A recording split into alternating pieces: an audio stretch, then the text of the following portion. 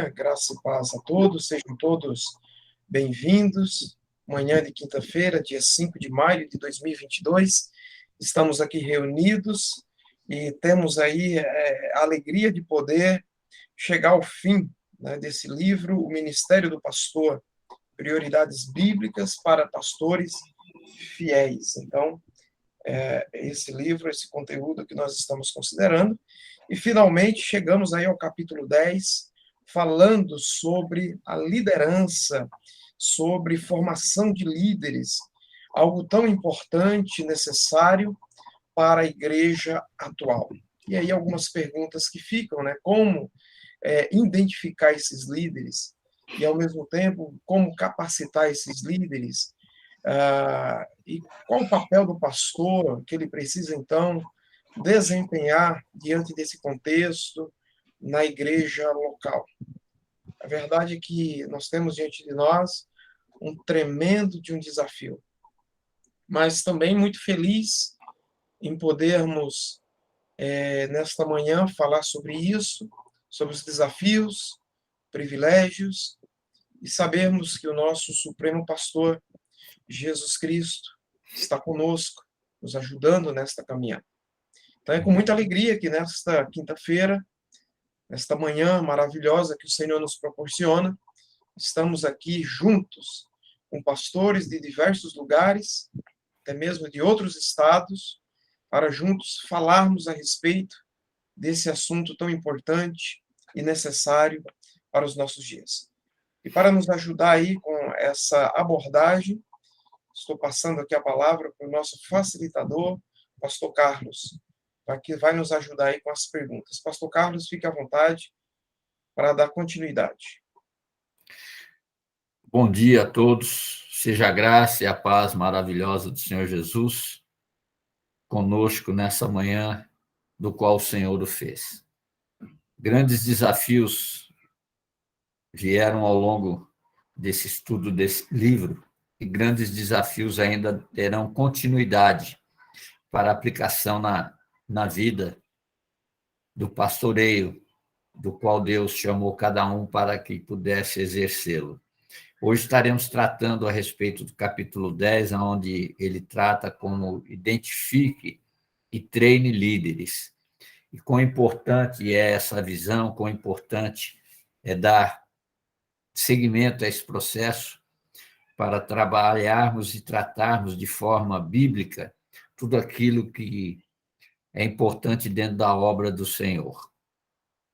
Temos aqui um versículo que está em 2 Timóteo, capítulo 2, versículos 1 e 2, que diz assim a palavra do Senhor: Tu, pois, filho meu, fortifica-te na graça que está em Cristo Jesus.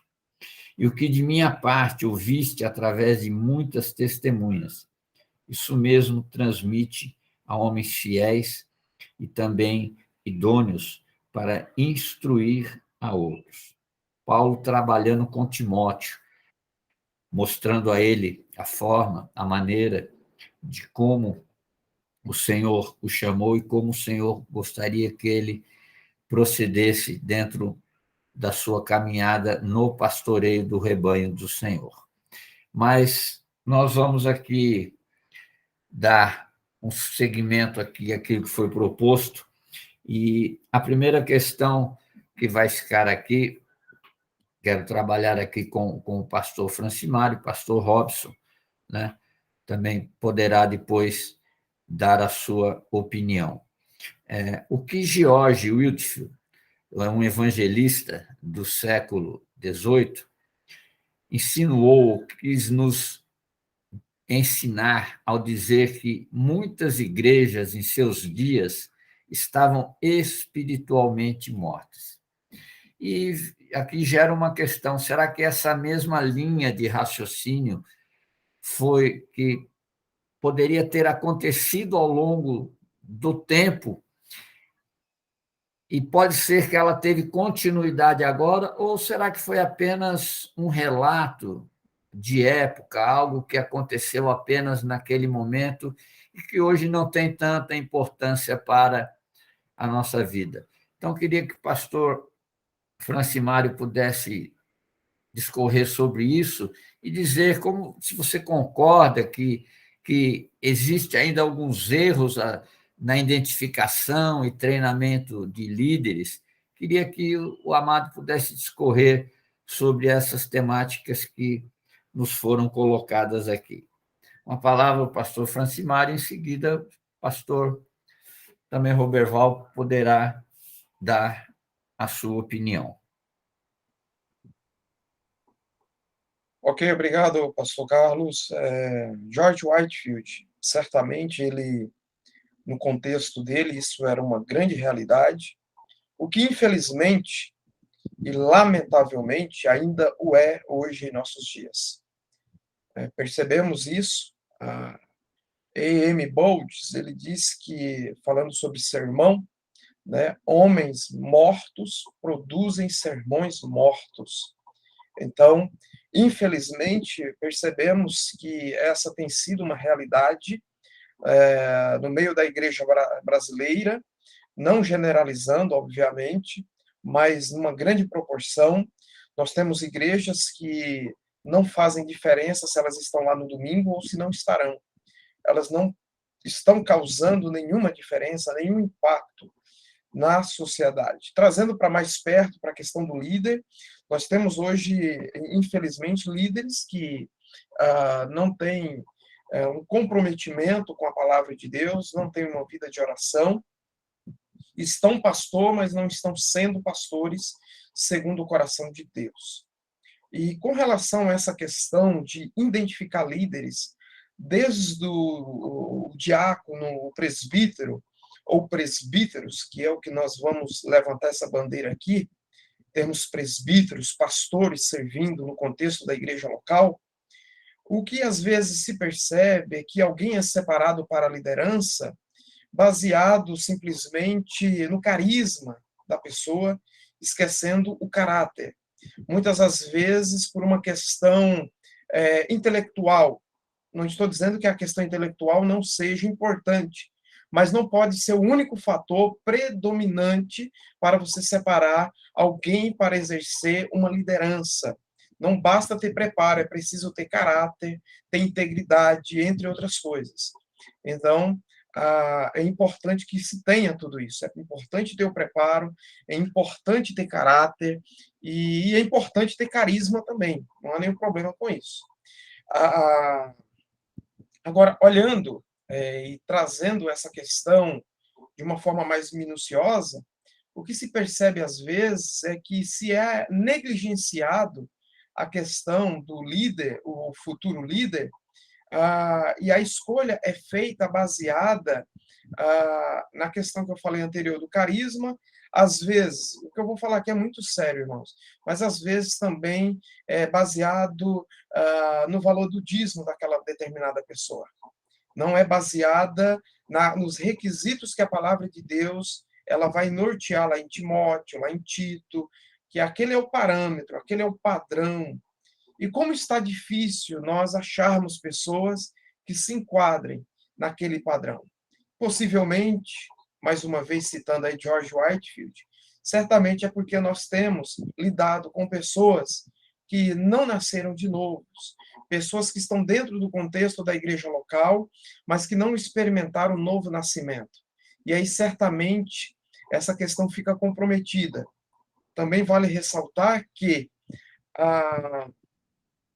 a igreja de Cristo, ela precisa andar alinhada com a palavra de Deus. Então, nós, como pastores, precisamos estar atento a isso. Nós não podemos negociar com ninguém coisa alguma, mas nós precisamos manter o padrão, aquilo que a palavra de Deus ensina, identificando líderes, trazendo para mais perto, capacitando, ajudando, entendendo que Deus, ele trabalha em nossos corações e sempre vai estar trabalhando, mas a gente precisa partir do princípio que ele já estabeleceu na sua palavra. Então, não é possível nós identificarmos alguém como possível líder e fazemos algumas ressalvas e dizer, não, vamos colocar ele na liderança e ele vai mudar no decorrer da caminhada. Isso não. Então, a gente precisa seguir, de fato, com o ensino do Senhor Jesus com relação a isso e todas as demais questões que nós temos aí envolvendo a palavra de Deus. É isso aí. Amém. Muito obrigado.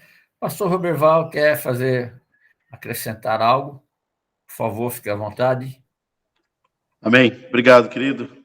Bom dia a todos aí. Uma alegria estar aqui mais uma vez com vocês. É exatamente isso, indo na mesma linha que o pastor Francimário estava falando agora. Uma das coisas que a pergunta nos fazem aqui a última parte, né? Você concorda que existem erros na identificação? Talvez exatamente seja esse o ponto central, né? Porque é necessário ser discípulo para fazer discípulo. Paulo orienta dizendo, ensinem homens idôneos para que ensinem outros. Então, essa falta de fidelidade na exposição da Escritura, e na sequência do nosso capítulo aqui nós vamos ver também sobre a questão da falta de líderes que foram pastoreados, testados, treinados, observados pela congregação, que estiveram ali alinhados, sendo corrigidos, sendo trabalhados pela palavra, né? Por homens maduros, experientes, às vezes pela necessidade, como o pastor Francimário disse, pela necessidade queimamos etapas. Eu lembro de um livro do Rick Warren, ele diz que houve um tempo que na necessidade de liderança, ele dizia assim, até num tom de brincadeira, tá vivo? Serve. Tá vivo? Tá respirando? Serve. Porém, o tempo mostrou que estavam equivocados, errados, e os prejuízos foram muito grandes. Quanto à questão se isso foi algo pontual naquele tempo, eu acredito que não. Em alguns casos, pela Escritura, nos aponta que vai até piorar, né? Porém, Deus nunca fica sem voz. Deus nunca deixou, nunca ficou sem voz. Ele sempre tem aí o seu povo, ele sempre tem a sua igreja, e que nós busquemos a Deus para que a gente possa nos dispor a crescer nessa graça, a crescer nesse conhecimento, em fidelidade, na exposição. Uma outra coisa é que isso é muito trabalhoso, dá muito trabalho, né? Cuidar de gente, cuidar de ovelha, treinar pessoas. Uma coisa também que descansa meu coração é que nós não precisamos formar, né? Até eu falo, e aí eu falava, preciso corrigir minha fala. Nós não formamos líderes, né? Assim, no sentido de a gente criar, da gente trabalhar uma pessoa. Essa questão assim, nós identificamos aquele que Deus chamou e treiná-lo, né? Lapidá-lo. Isso traz um descanso para nós e nos leva a observar, né? Aqueles que foram chamados e identificar, né? Que a congregação faça isso. Eu acho que meu comentário fica por aí, vai nessa linha. Uma outra coisa que eu observo é ceder à pressão da necessidade e, às vezes, por causa de uma urgência, aceitar e permitir e colocar uma pessoa antes da hora, isso vai trazer problemas muito terríveis. É uma bomba relógio. Vai trazer problemas terríveis lá na frente. É isso. Amém. Muito obrigado, pastor Francimário, pastor Roberval. Pastor Bruno, vamos deixar aqui contigo essa segunda questão, para você comentar a respeito do preparo desses líderes, assim como já foi dito, da forma de como qualificá-los, mas tendo como base aí para nós 1 Timóteo 3, aqui de 1 a 7, que é o nosso foco, que tanto para os santos do passado quanto para os do presente devem ser observados além disso. E eles têm aqui algumas qualificações, talvez as 3 qualificações essenciais para o exercício desse pastoreio, segundo o nosso texto. Podemos ter textos complementares, como foi colocado aí em Tito, né? 1 Tito, de 6 a 9, 1 Pedro 5, de 1 a 4 também, mas, assim, queria que você comentasse, desse a sua visão a respeito da visão de Paulo e como ela deve ser implementada hoje, se seria acrescido ou teríamos que retirar alguns itens básicos aí e permitir que, como já foi dito aí, que Deus pudesse direcionar melhor, pudesse tratar de alguma forma. Pastor Bruno tem a palavra, por favor. Olhando para 1 Timóteo 3, principalmente a caracterização dos presbíteros e depois diáconos, né, as qualificações, assim, pensando por mim, eu acho que a gente tinha que tirar algumas coisas, porque é muito difícil achar alguém com todas as qualificações, né? Então, de repente, se a gente tirasse algumas coisas, ia ser um pouquinho mais fácil. Mas, assim, eu acho que esse é um desafio, né? Esse é um desafio que a gente precisa buscar. Eu tenho para mim que a qualificação de diáconos, ela se aplica a qualquer ministério da igreja em termos de liderança, tá? Então eu entendo ali, você não tinha líder de ministério infantil na antiguidade, né? Mas para mim um líder de ministério infantil, eu dou preferência hoje, graças a Deus. Estou uma igreja com 15 membros e eu consegui uma coisa que igrejas grandes muitas vezes não conseguem. É ter um homem na frente do ministério infantil. Né? Então, eu dei graças a Deus. Na verdade, é um casal, né? E ele tem assumido mais do que a esposa. Eu achei que ia ser o contrário. Então, acho que foi uma graça que Deus nos deu, né? E eu acho que um texto como esse, ele é desafiador. No meu contexto, ele é muito desafiador. Porque a nossa igreja lá tem 15 membros, né? Então, às vezes, você fala assim, vou montar um presbitério. 1 ou 2 irmãos para estar com a gente. Eu tenho 4 homens na igreja, né? Então. E um tá na classe de novos membros agora. Então, assim, você fica meio. Ou eu sobrecarrego tudo nas costas de poucos, né? Ou então eu abro mão de algum valor, de algum princípio para que eu tenha um líder, né? Eu acho que é um desafio, mas um desafio que nós precisamos observar. Eu acho que isso vale a pena no médio e longo prazo.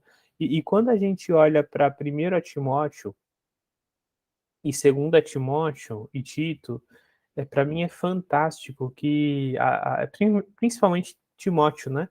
A igreja em Éfeso, muito provavelmente, tinham mulheres na liderança por conta da necessidade que veio a partir da divisão que provavelmente o gnosticismo provocou na igreja. Um proto-gnosticismo provocou na igreja. Então, se for isso, se essa consideração ela for próxima da realidade, então textos como esse, eles são extremamente práticos para nós hoje. Né? Aquelas qualificações, elas precisam ser observadas, todas elas. É um presbítero? O presbítero ele é até mais exigido do que o diácono, né? Tem exigências do presbítero que não tem no diácono. Nós precisamos observar todas essas exigências. Na minha visão, né, tem qualificação para homem e mulher lá no diácono, e eu entendo que qualquer liderança na igreja deve ser exercida por um homem, a menos que ele lidere apenas mulheres, aí pode ser uma mulher, e essas qualificações precisam ser, no mínimo, de acordo com as orientações aos diáconos que eram aqueles que serviam. Então é isso que a gente tem pensado. E para finalizar, eu queria compartilhar uma experiência ruim que eu tive em você apressar as coisas, né? Então a igreja é pequena, né? Tinha um camarada lá há 2 anos, vocacionado, queria ser pastor, estava no seminário. Pô, tô montando um presbitério, indiquei um para presbítero, chamei ele e falei assim, não, esse cara vai ser o presbítero, né? Aí alguns irmãos me chamaram assim, pastor, ele tá aqui há 2 anos, não fez nada. Aí eu falei assim, ele não teve oportunidade, né? E chamei o camarada e falei, não, vamos entrar no conselho da igreja, vou apontar você como presbítero, no final do ano ele topou, estava animado, um mês depois ele me chama e falou assim, pastor, eu tô saindo. Aí eu falei assim, mas rapaz, a gente conversou faz um mês. Essa decisão aconteceu em 30 dias, né? No mês passado você estava querendo entrar no presbitério, agora você falou que está indo para outra igreja. Assim, você está decidindo ou já decidiu? Não, não, já decidi. Semana que vem eu não volto. Eu nem venho. Eu, eu fiquei, tá bom, Deus te abençoe, oramos com ele. Depois a igreja pergunta, pastor, mas o pastor não conversou com ele? Ele estava liderando o grupo, tal, ia ser indicado para o presbitério, o pastor não conversou com ele? Eu conversei, né? Mas eu acho que eu fui precipitado. Então, eu acho que fica aí um exemplo do cuidado que a gente tem que ter para apontar líderes, mesmo em uma igreja pequena, onde parece que a gente conhece melhor as pessoas, né? Na igreja grande, às vezes a gente não sabe nem o nome, mas na igreja pequena eu conheço todo mundo, e nem sempre é assim. É verdade, muito bom. E são os cuidados, né, que devem ter. Não vou comentar agora no momento, mas também em campo, aí em Milagres, tivemos uma experiência talvez um pouco mais amarga, até porque levou a uma certa divisão na igreja e tentando, de alguma maneira, barrar o processo natural, né? Essas antecipações que vêm ao coração do homem de que eu já devo ser antes dele e que eu preciso ser e etc. Mas, enfim, pastor Robson, vou pedir aqui ao amado que temos aqui na parte da resposta 3, se você compreende que Brian Croft e Richard Baxter, eles cultivaram a mesma preocupação como pastores, com pastores não convertidos. Esse livro que nós estamos vendo, e o Pastor Aprovado, de Richard Baxter, que eu acho é um livro muito interessante também, que vai trabalhar muito bem todas essas questões aí, eles trazem praticamente a mesma ideia, são paralelas e são equivalentes. E eles vão deixar que tem algumas advertências que foram dadas para que o nosso aprendizado pudesse ser melhor. Nós teremos 3 classificações aqui gerais desse pastor.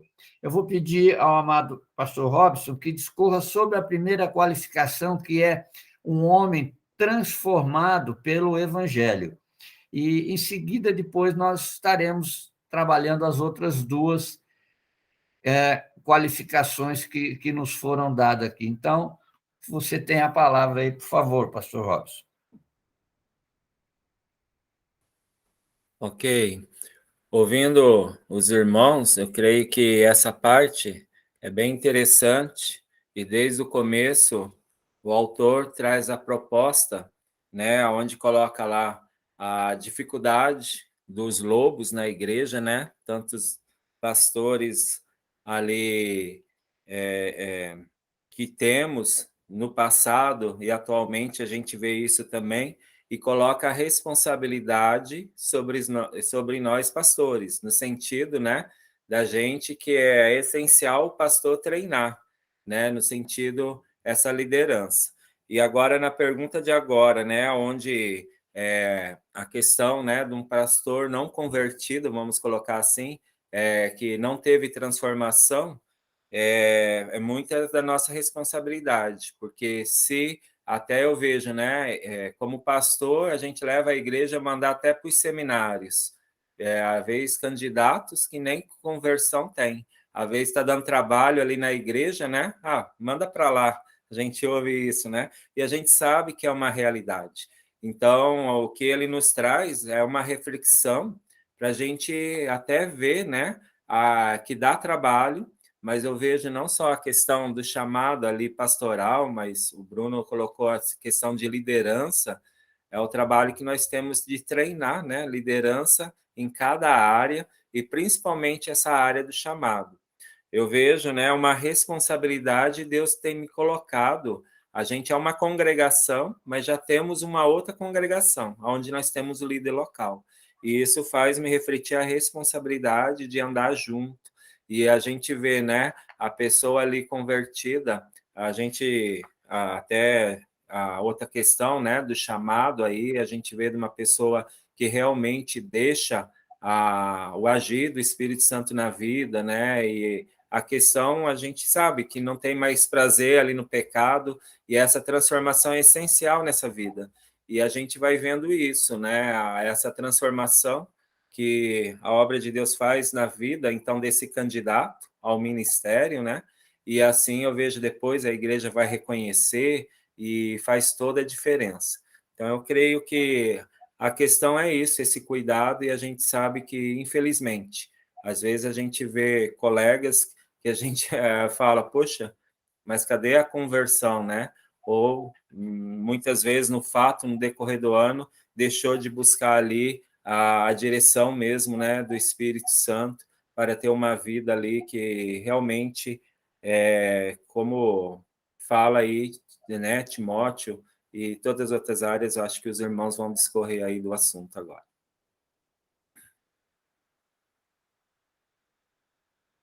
Ok, muito obrigado. Pastor Francimário quer fazer alguma colocação ou podemos dar sequência? Não, vamos seguir, pastor Carlos, vamos seguir. Okay. Então, no item 4 aqui, nós temos aqui que o apóstolo Paulo, ele dá essas instruções aqui ao jovem Timóteo. Também Charles Spurgeon, o grande pregador batista, ele fala sobre esse tipo de aconselhamento aos jovens que aspiram a esse episcopado. Então, os pontos relevantes para quem deseja fazer esta obra. E aqui nós temos no ponto 2, né, dentro das qualificações também, um homem que deseja seriamente a obra. Como tentar trabalhar isso, como tentar entender essa seriedade, de que forma isso pode ser contemplativa dentro de ter a noção, porque muitas vezes o que a gente não conhece é o que está no coração de alguém. E isso pode trazer benefícios, como também pode trazer malefícios. Então, como é que o pastor Francimário vê isso? E queria que você discorresse sobre esse segundo ponto, que é um homem que deseja seriamente essa obra. Por favor. Ok, pastor Carlos. Essa é uma excelente questão. E o que eu vejo, até enquanto o pastor Robson estava falando aí, e os demais, eu me lembrei do meu saudoso pastor Edson Queiroz. Ele dizia: o melhor para missões, né? É o que você tem de melhor dentro da igreja local que você manda para missões, e não aquele irmão, aquele casal que está lhe dando dor de cabeça e você empurra para fora para se livrar, né? Como se fosse um livramento. E não é isso, né? Isso vai totalmente na contramão do que a palavra de Deus ensina. Diante da exposição aqui, irmãos, um homem que deseja seriamente a obra, nós percebemos aqui que muitas pessoas tentam, por exemplo, eu vou ser advogado, aí não deu certo. Vou ser administrador, aí também não deu certo. Não, eu vou ser professor, aí também não deu certo. Não, eu entendo que Deus está me chamando para o ministério. E aí é um problema. Então, nós precisamos entender que, no decorrer da narrativa bíblica, Deus sempre chamou pessoas que estavam ocupadas, sempre trabalhando. É o caso dos homens de Deus do passado, do Novo Testamento, do Antigo, do Novo, pessoas que tinham uma profissão, pessoas que estavam em pleno vapor, e Deus separa essas pessoas para servir. Então, alguém que a voz aqui está querendo fugir. Alguém que realmente deseja servir na obra de Deus é alguém que realmente já tentou e já deu certo. Ele é um bom profissional na área dele, mas ele não tem satisfação naquilo que ele está executando, seja como professor, seja como dentista, advogado, médico. O prazer dele é estar servindo ao Senhor. De fato, no caso aí do presbítero. Então, essa pessoa entende, a igreja, irmãos, é importante nós entendermos isso. É a igreja que vê esse potencial na vida desse candidato. O pastor identifica, mas o aval final é da igreja. A igreja que ora, é a igreja que estende a mão sobre esse cidadão, sobre esse homem de Deus. Então, esse é o papel do pastor, é identificar, da igreja comissionar. Então, isso é algo que nós precisamos tomar muito cuidado. E eu tenho uns 2 pés atrás com relação a isso, meus irmãos. Quando alguém fala assim, olha, eu não paro em serviço nenhum. Pessoa que não tem um bom histórico, por onde ela passou, ficou 3 meses no lugar, 5 meses em outro, 6 meses em outro, opa, tem coisa errada aí. Tem muita coisa errada aí. Então, a gente precisa tomar esse cuidado. Vamos ter fé, que as coisas vão mudar. Mas a Bíblia fala que a fé não é uma fé cega. É uma fé inteligente. É uma fé que a gente precisa estar, de fato, arraigado e alicerçado na palavra de Deus. Então, a pessoa que deseja servir é um servo. É alguém que está sempre à disposição da igreja, à disposição dos irmãos da igreja. É alguém que, quando alguém está doente, ele vai visitar. E não precisa esperar o pastor mandar, não. Ele vai, ele tem iniciativa. Ele vê uma necessidade na igreja local, ele está lá ajudando, ele está lá fazendo. É automático, ele está servindo. Irmãos, então, isso é algo extraordinário. Eu, particularmente, meus irmãos, eu tenho muito cuidado para não estender a mão sobre um candidato que, de fato, não corresponda ao padrão, não do Francimário, mas ao padrão bíblico, já estabelecido na palavra. Entendeu? Então, a gente precisa tomar cuidado com isso. Muito cuidado. Ter atenção. Porque a obra é de Deus e nós vamos prestar conta. Ou por sermos liberais, não tem, está faltando um líder, vamos orar por esse mesmo, seja o que Deus quiser. Opa, a gente está falhando aí. E, por outro lado, a gente tem que tomar cuidado também. E, além dessa lista que está lá em 1 Timóteo, a gente acrescentar mais alguns itens nossos, pessoais. E aí também é um problema. Então, a gente precisa se ater àquilo que a palavra de Deus ensina. A palavra de Deus, ela é suficiente. Nós não precisamos nem tirar e nem acrescentar nada ao que está lá. É isso aí, pastor Carlos. Obrigado, pastor Francimário, pelas suas colocações, muito importantes. E eu queria também ler aqui um trechinho aqui que me chamou muita atenção a respeito disso, né, que está aqui na página 239 do livro. Porque essa obra exige um anseio inextinguível. Porque a obra do ministério não é para fracos de coração. É uma obra cheia de lutas, desafios, desânimos, pressões e batalhas espirituais que podem até aleijar os mais fortes dos homens, que têm apenas um desejo comum pela obra. Deve ser um desejo que não pode ser roubado quando o seu irmão o trair, enfraquecido quando o seu trabalho for ameaçado, nem apagado quando a fadiga emocional, mental e física se enraizar firmemente. Um homem cristão que tem um anseio irresistível e esmagador e uma fome insaciável por essa obra excelente deve abraçá-la. Também deve haver zelo nesse desejo. O ministro inglês John Angel James, do século XIX, nos lembra como um pastor o cultiva. E aqui achei bem interessante isso. Todo ministro pode ser um ministro zeloso, se quiser. Ele é zeloso quando qualquer coisa em que tem profundo interesse está em risco.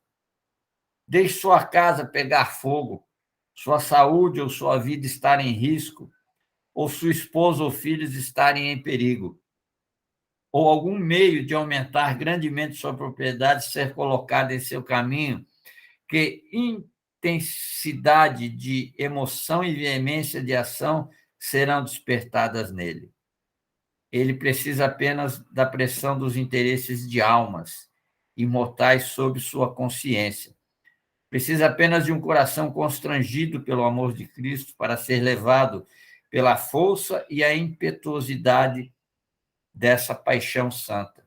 Precisa apenas de um profundo desejo de ser sábio, em ganhar homens para Jesus. Precisa, em resumo, apenas de um coração totalmente dedicado e realizado aos objetivos e às finalidades de seu ofício, possuir aquela nobre e sublime qualidade de alma que este livro está se propondo a recomendar. Achei interessante esse ponto, porque me parece que o foco central aqui não é aquilo que podemos obter por meio da obra ou aquilo que podemos ter dentro da vida secular, mas o único propósito que eu entendi como objetivo central e importante aqui são vidas, são almas, são pessoas.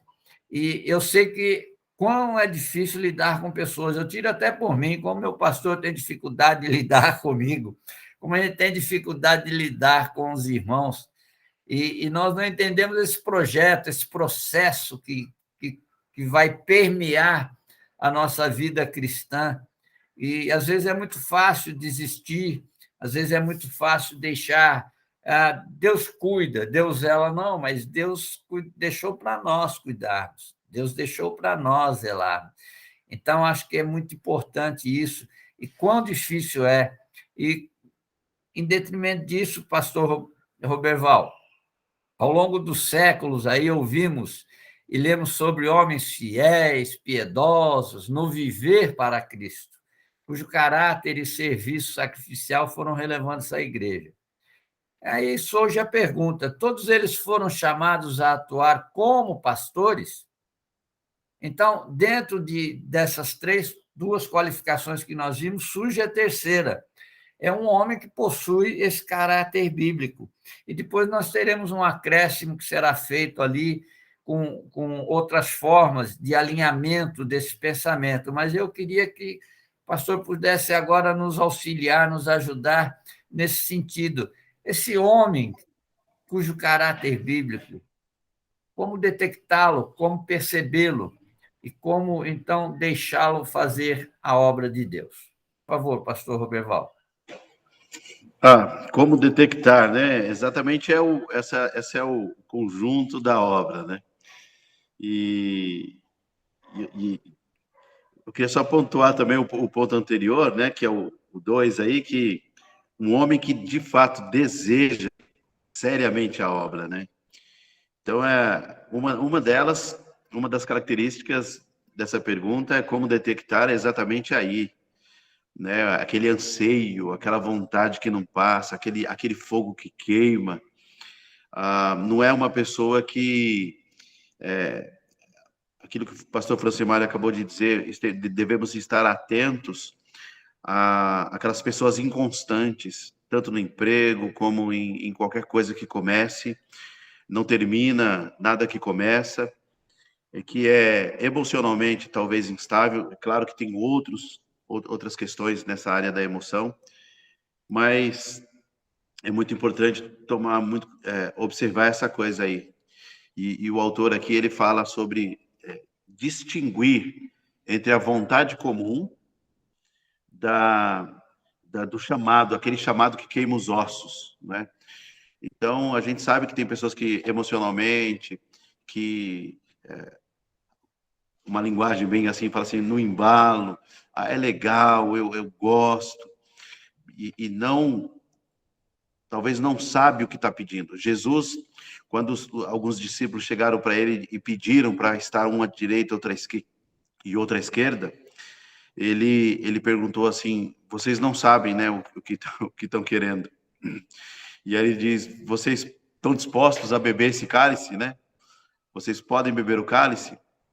E eles: a gente pode. Eu falei, aquela coisa do Pedro, né? Estou disposto a morrer, eu quero. E ele fala: olha, hoje mesmo, daqui a algumas horas você vai me negar. Então, essa questão aí precisa ser muito bem observada, porque é muito triste, né? Eu compartilho aí com o Bruno de algumas tristezas nesse sentido, de você investir numa pessoa, de você trabalhar e de repente a pessoa te deixa e você sabe claramente que não foi por uma orientação do Senhor, foi por questões talvez emocionais ou aspirações que você não sabe onde vai dar, e a pessoa está totalmente aí perdida na sua orientação, não tem firmeza. Mas essa questão de observar esse detalhe também na área do caráter bíblico é a questão de você, no relacionamento, né? Que é o que o texto nos chama, as qualificações que Paulo apresenta: paciente, misericordioso, de uma reputação irrepreensível. E a palavra irrepreensível não significa uma pessoa perfeita em sua conduta, em suas ações, seus pensamentos. Né? A ideia que o Dave Merck passa no livro O Homem Nota 10, a maneira que ele apresenta ali, é um homem ensinável, é um aprendiz, é alguém desejoso de aprender. Esse é o irrepreensível, que está desejando crescer, que deseja aprender, que busca mudança, transformação. Então, quando você vê a pessoa, você deve também levar em conta uma aparente imaturidade, inconstância, que é exatamente esse lapidar, esse treinamento vai conduzir essa pessoa à maturidade, vai levá-la a esse crescimento, né? E a questão familiar, né? Por isso que eu disse na minha fala anterior que isso dá trabalho, porque você não vai observar a pessoa só no domingo à noite, só ou no domingo de manhã, só no âmbito ou dentro do salão de reuniões da igreja, só nessa reunião geral. É o que você vai observar o governo da casa, da família, como lida com autoridades, o caráter piedoso, temperante, amigo do bem, avaliar se é livre do amor ao dinheiro, qual que é a motivação. Então, são todas... E Deus, com certeza, ele dá na mão, ele traz na mão.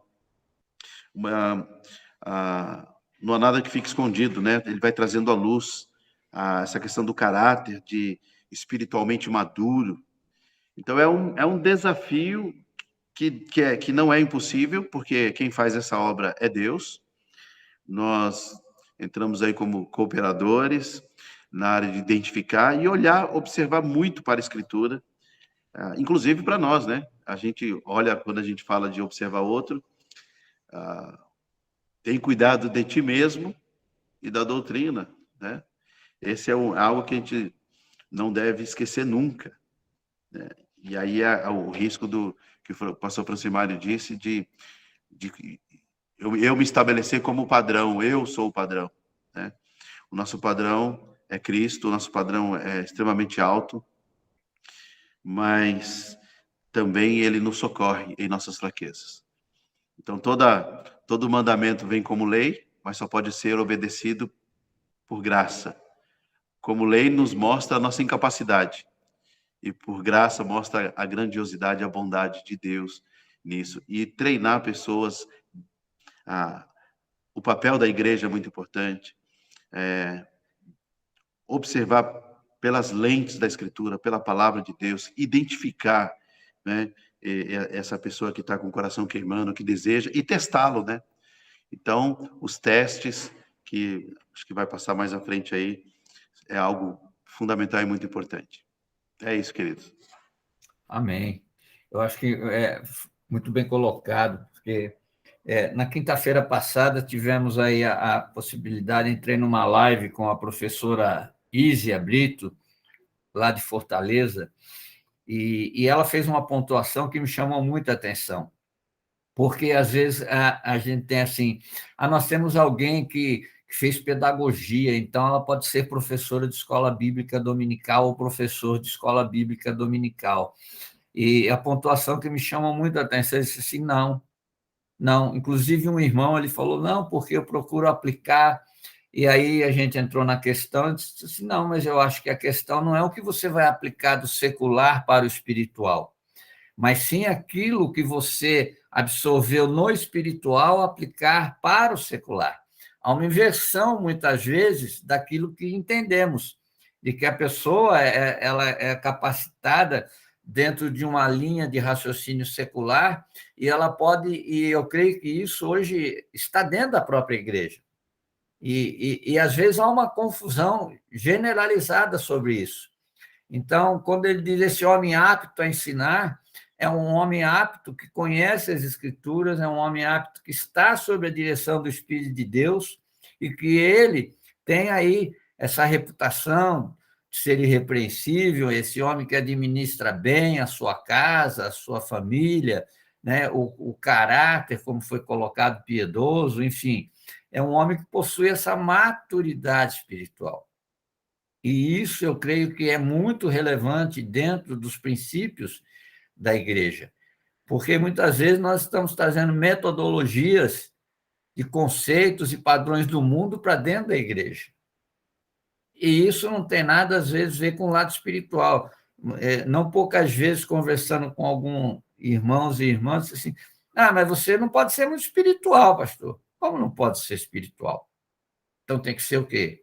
Meio espiritual, meio carnal? Tem hora que, como Pedro, né? Quem diz quem tu és o Cristo, Filho de Deus. Ô, Senhor, não é bem por aí as coisas, não. Não. Ué, ou nós entendemos o padrão que Deus tem para nós, ou não. Então, acho que essas colocações elas são fundamentais também, e eu vejo aí essa questão que o discipulado não pode deixar de ser mentoreado, na minha modesta opinião. Todo discipulado que você fizer, ele tem que acompanhar o mentoreamento. Eu acho que é o andar junto, é o compartilhar junto, é o entender onde está a dificuldade, tentar sanar a dificuldade, trabalhar com isso. E eu acho que é muito importante. Esse livro tem, assim, aberto um horizonte muito grande, de não só apenas entender em que posição eu estou diante da palavra de Deus, como também, às vezes, compreender em que posição os irmãos que estão sendo treinados para isso estão diante da palavra de Deus. Então, para a gente trabalhar pelo menos o ponto aqui final aqui que eu tenho, eu coloquei aqui que é como o Brian nos exorta a termos cuidado ao treinarmos e identificarmos líderes. E ele nos aponta aqui 4 passos progressivos como sendo benéficos, né? Aquilo que traz um benefício para alcançarmos o objetivo. Então, queria ver se os amados, vocês concordam, discordam, ou acrescentaria outros pontos, outros passos aí, né?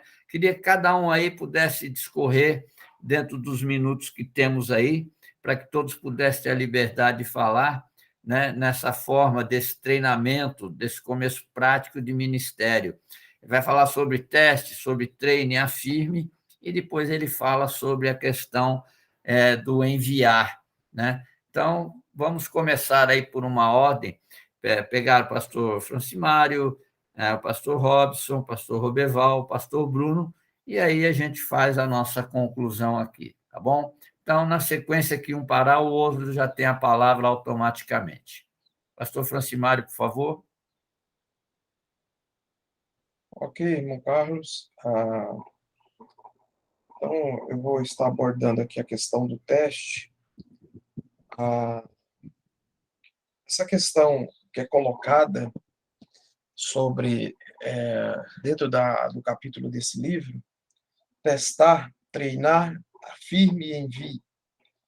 É interessante que essa palavra ela está lá em Timóteo, é a palavra. Vamos ver aqui. Os irmãos podem localizar aí também. Deixa eu abrir aqui a Bíblia, meus irmãos.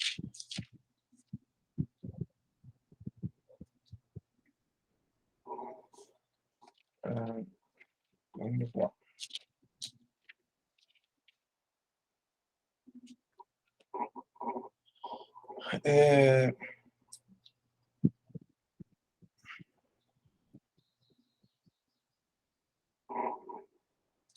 Olha o que diz lá em 1 Timóteo 3, versículo... Eu vou ler do 1, irmãos.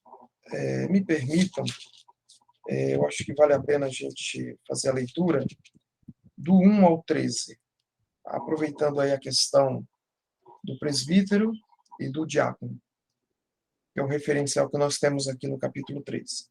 Fiel é a palavra, se alguém aspira ao episcopado, excelente obra almeja. Então, aqui nós já temos aqui um diferencial, né? A pessoa querer, a pessoa estar ciente do que está buscando. É necessário, portanto, que o bispo seja irrepreensível, esposo de uma só mulher, né? Irrepreensível é uma palavra que é importante ser considerada, esposo de uma só mulher. Tem muita gente que está no segundo, terceiro casamento e está querendo ser pastor. Então, isso aí o desqualifica. Temperante, outra qualidade, sóbrio, modesto, hospitaleiro, apto para ensinar. É o que diferencia aqui, só lembrando, né, o presbítero do diácono, né, essa qualificação. O presbítero precisa ter essa aptidão para o ensino, enquanto que do diácono não é solicitado. Não dado ao vinho, não violento, porém cordato, inimigo de contendas, não avarento. E que governe bem a própria casa, criando os filhos sob disciplina, com todo o respeito. Pois se alguém não sabe governar a própria casa, como cuidará da igreja de Deus? Aqui, o apóstolo Paulo está pintando o quadro daquilo que nós precisamos observar e enxergar. Se a pessoa não cuida da sua própria casa, não vai poder cuidar da igreja de Deus. Não seja neófito, para não suceder que se ensoberbeça e incorra na condenação do diabo. Pelo contrário, é necessário que ele tenha bom testemunho dos de fora, a fim de não cair no opróbrio e no laço do diabo. Aí agora ele muda aqui, né? Semelhantemente, quanto a diáconos, é necessário que sejam respeitáveis, de uma só palavra, não inclinados a muito vinho, não cobiçosos de sórdida ganância, conservando o ministério da fé com a consciência limpa. Também, olha aqui o versículo 10, eu quero destacar o versículo 10, meus irmãos. Também sejam estes primeiramente experimentados. Ok? Então, primeiramente experimentados, e se mostrarem irrepreensíveis, exerçam o diaconato. Então, primeiro, você testa. E se não for aprovado, consequentemente, você não pode dar sequência ao processo. Da mesma sorte, quanto a mulheres, é necessário que sejam elas respeitáveis, não maldizentes, temperantes e fiéis em tudo. O diácono seja marido de uma só mulher, e governe bem seus filhos e a própria casa. Pois os que desempenharem bem o diaconato alcançarão para si mesmo justa preeminência e muita intrepidez na fé em Cristo Jesus. Então, cabe a nós testarmos e trazer isso para a igreja. Não é um teste secreto, que só eu e Deus sabe. Eu falo, olha, o casal aqui, o irmão fulano de tal, ele estará em teste, tá? Nós não sabemos ainda, eu acho que não é muito bom a gente estabelecer 6 meses, 1 ano, dar uma data aí para que a pessoa fique aguardando, porque a pessoa pode acabar ficando presa a isso, começar a contar os dias e as horas, e talvez isso não seja positivo. Então, estabelecer que o irmão está em avaliação, a igreja está ciente disso, vamos orar por eles, né? E daqui a algum tempo nós voltaremos a considerar essa questão, mas vamos orar pelos nossos irmãos, vamos acompanhá-los e assim por diante. Então a igreja ela está ciente, consciente do que está acontecendo. Aquela família ou aquele casal também está, ou aquele irmão, então a gente segue em frente. Então, claro, dando toda aquela assistência, treinando, apontando, orientando, redirecionando, e aí cabe a nós dar esse acompanhamento a cada dia e assim por diante. Então, basicamente, é isso. Vou deixar os demais aí para os irmãos poderem falar. Fica à vontade. O próximo.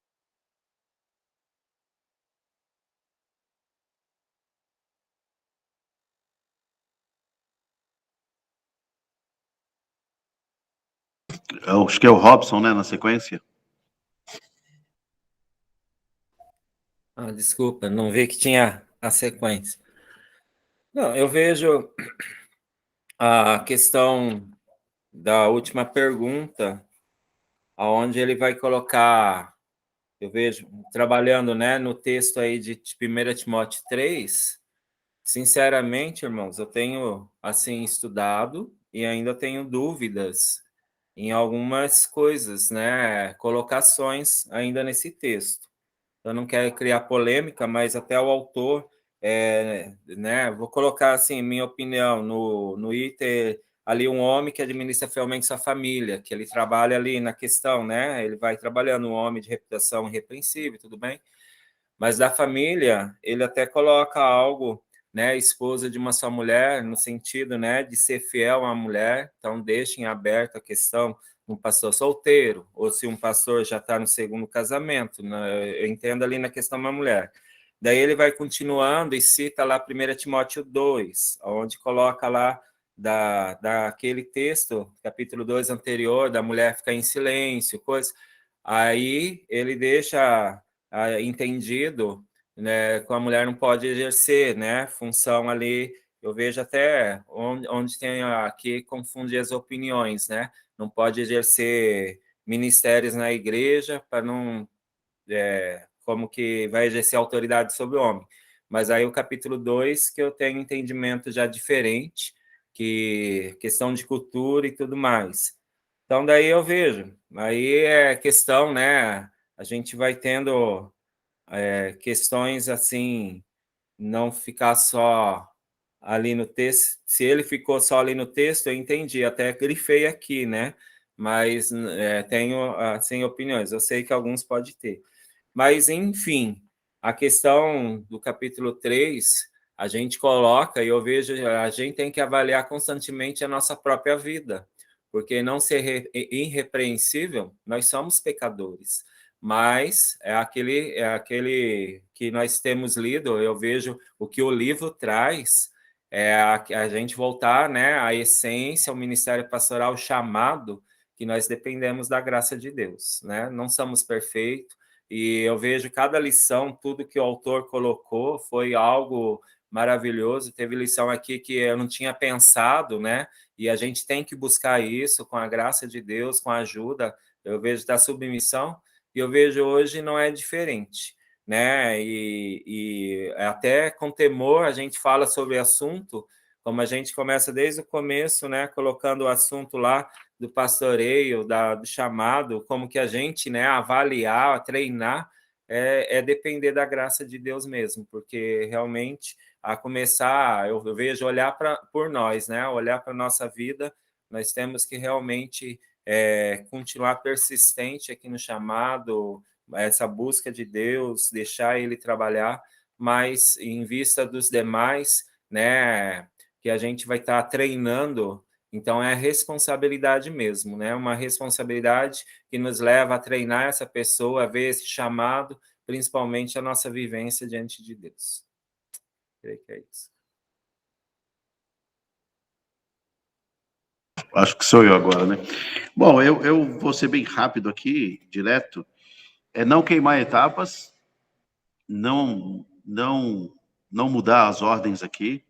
De fato, a gente não tem um detector de saber quem é quem, então o teste, né? Coloca para fazer testes, treinar, repetir, aplicar o Deuteronômio 6, fala de manhã, de tarde, de noite, repete, fala de outra maneira, fala de outro jeito, testa de novo, não é? E exatamente isso como a gente aplica o mesmo princípio de paternidade, de observar como filhos mesmo, de observar, eu vejo como essa questão. Agora, isso tudo dá trabalho? Muito trabalho, dá trabalho. Jesus mandou fazer. Jesus não mandou falar assim, vai procurar discípulos. Ele mandou. Aí parece contraditório com o que eu disse, né? Fazer discípulo no sentido bíblico, né? Então, é que não vem pronto. E aí você, na liderança, você vai parte que o líder, que o presbítero, já é um discípulo de Jesus. Você não pode colocar alguém aí onde fala do caráter, tem que ser um convertido, estamos falando da liderança aqui. Então, tem que ser entre os discípulos. Então, você tem que fazer discípulo, identificar dentre esses discípulos a área de cada um. Isso é uma tarefa da igreja, né, liderada pelos presbíteros. Então, testa, faz. A gente vai dar errado? Vai. A gente vai investir numa pessoa e provavelmente ela vai nos abandonar? Vai acontecer. Não desista nunca, invista. O Senhor é que é o nosso socorro, o nosso consolo, e a nossa capacitação vem dele. Então, é isso aí, queridos.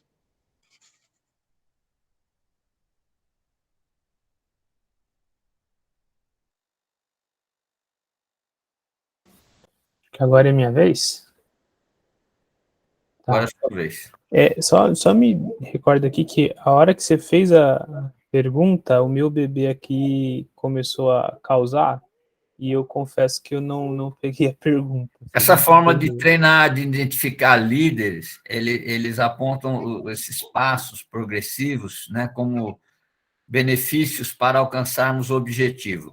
Se você concorda, se você discorda, ou se você quiser acrescentar outros pontos, fique à vontade aí para você discorrer. Acho que tudo que a gente falou aqui, eu pessoalmente concordo. Sou um aprendiz agora na prática, né? E eu acho que essa questão de formar liderança é um ponto que a gente... Você pode fazer o treinamento que for, a capacitação que for, ajuda, mas você nunca está pronto. É algo que vem realmente de Deus. Porque às vezes você convive com a pessoa, você está junto, você tem certeza que você conhece a pessoa, aí ela assume uma liderança. E aí você fala assim, rapaz, eu não conhecia essa pessoa. Tem um presidente americano, não lembro qual, eu acho que é o Lincoln, se eu não me engano, que fala que se você quer conhecer uma pessoa, dê poder a ela. E na igreja o poder às vezes é bem fraquinho, né? Eu vejo a minha igreja lá com 15 membros, o cara é membro da diretoria, não é nada, né, coitado? Eu sou o pastor da igreja, eu sou um coitado, tem 15 membros, né? Mas mesmo assim, tem uns camaradas que, né, essa ânsia pelo poder. Então é algo que vem realmente de Deus. A gente precisa seguir os critérios bíblicos, porque eles estão lá por uma razão, e principalmente depender de Deus, porque eu já tive experiência de pessoas que eu achava que não ia dar certo em pequenos grupos, por exemplo, que ia liderar e não ia dar certo, e foi espetacular. E gente que eu falei assim, nossa, agora esse grupo estoura, e foi um fiasco. Então, é uma coisa que eu acho que o segredo da formação de liderança é paciência, critério e dependência de Deus. Amém, amém. Só para concluir, né, como o Brian disse, como seria importante analisarmos e praticarmos essas prioridades que nos foram colocadas. Então, dentro dessas prioridades, é preciso que um pastor reconheça o outro pastor. Então, é algo que vem como uma genética pastoral, vamos dizer assim, né? Que alguém reconheça alguém como um líder. E o alerta aqui, importante, é que, ao notar o dom de servir ao ministério pastoral, não tem em conta a imaturidade de uma pessoa, mas sim que Deus é quem está chamando tal pessoa para o ensino da sã palavra no cuidado do seu povo. Então, o povo é de Deus, né? Seremos apenas um eterno instrumento em caminhar e abençoar vidas para sermos abençoados por Deus também. Então, isso compete ao chamado do Senhor realmente, né? E mesmo que você não tenha um processo formal na identificação ou para o treinamento, mas comece a levá-lo consigo, para que possa ir tendo uma prévia noção dos afazeres. Então, é onde eu entendo que esse discipulado tem que ter um mentoreamento constante na vida desse discípulo, né? E depois de um tempo, deixa-o liderar, que é o natural que vai acontecer nas classes bíblicas e tudo mais. E o processo, na verdade, começa com o pastor ou os pastores da igreja. Então, Deus chama, mas se o pastor não tiver a visão, se o pastor também não tiver o cuidado, o zelo, aquela pessoa ela vai ficar parada ali, embora a gente saiba que Deus tem os seus métodos e as suas formas. Então, sem o aval do pastor ou dos pastores, dependendo da igreja, não há como fazê-lo. E essa é uma prática que deve ser exercitada na igreja, pois se assim não fizer, quem o fará? Então, sabemos das diversas atividades do pastor, porém, esta não pode ser negligenciada, que é a continuidade do ministério, para ser alicerçada, fundamentada e embasada em princípios bíblicos, pois assim o nosso Senhor e Salvador fez, para a glória de Deus Pai. Então, que o Eterno nos dê graça e que o Espírito Santo nos dê discernimento espiritual para avançarmos no preparo daqueles que o Senhor convocou para a sua maravilhosa obra. Assim é que eu encerro aqui a minha parte, né, agradecendo a Deus e agradecendo aos amados aí pela colaboração. Abraços aí. Pastor Francimário tem a palavra. Deixa eu só fazer mais um comentário. Uma grande lição, acho que desse capítulo hoje ficou para mim, que até fiquei refletindo, até os jovens aqui foram no acampamento, aqui na nossa convenção vai ter até uma mentoria para os jovens. Vai até pago para aqueles jovens que querem crescer na liderança, mas o que deixa bem claro a questão do chamado pastoral, e eu vejo líderes, vamos colocar assim, da igreja, nós, pastores, temos toda essa responsabilidade. Eu vejo que convenções, seminários, hoje tem curso para tudo que é lado. E isso muitas vezes deixa a gente o quê? De braço cruzado. Vamos lá, fazer treinamento, é mais fácil para nós. Mas eu vejo, né, a nossa responsabilidade, como pastor, treinar a nossa liderança. Pode ter curso das convenções que vem ajudar, mas não tem que tirar a prioridade, a nossa tarefa. Então, isso aí me chamou muita atenção e aonde, né, prestar atenção e dedicar mais, tanto aos jovens, adolescentes, mulheres. Eu creio que, para mim, né, compartilhar isso aí com os irmãos. Amém. Obrigado, pastor Rob. É verdade, irmão. Não dá para terceirizar, né? Mas, infelizmente, a gente percebe isso acontecendo. Temos que tomar esse cuidado aí. Eu quero só finalizar, irmão, citando Martin Bucer, em sua primorosa teologia pastoral, do século XVI, ele diz assim: é necessário ter o consenso de toda a igreja, porque os ministros devem ser não somente irrepreensíveis aos olhos do povo, do Senhor, como também bastante acreditados e amados por eles. Uma vez que um indivíduo tenha sido treinado, testado e confirmado pelos líderes e pela congregação, estamos prontos para fazer o que Deus nos chamou a fazer, ou seja, enviá-lo. Então, é algo que no século XVI o Bucer estava já falando, nós precisamos tomar cuidado e acredito que seguir com toda a cautela, prudência, entendendo que é a Igreja de Cristo e nós estamos a serviço dele em todo o tempo e aprendendo sempre, meus irmãos, sempre aprendendo. Né? Eu não sei se eu estivesse lá no início, há 10 anos atrás, 11 anos atrás, será que eu teria me separado para ser pastor? Tá? Você, há 10, 20, não sei quanto tempo, você teria colocado você à parte, separado, para você ser pastor? Então, pense nisso. Né?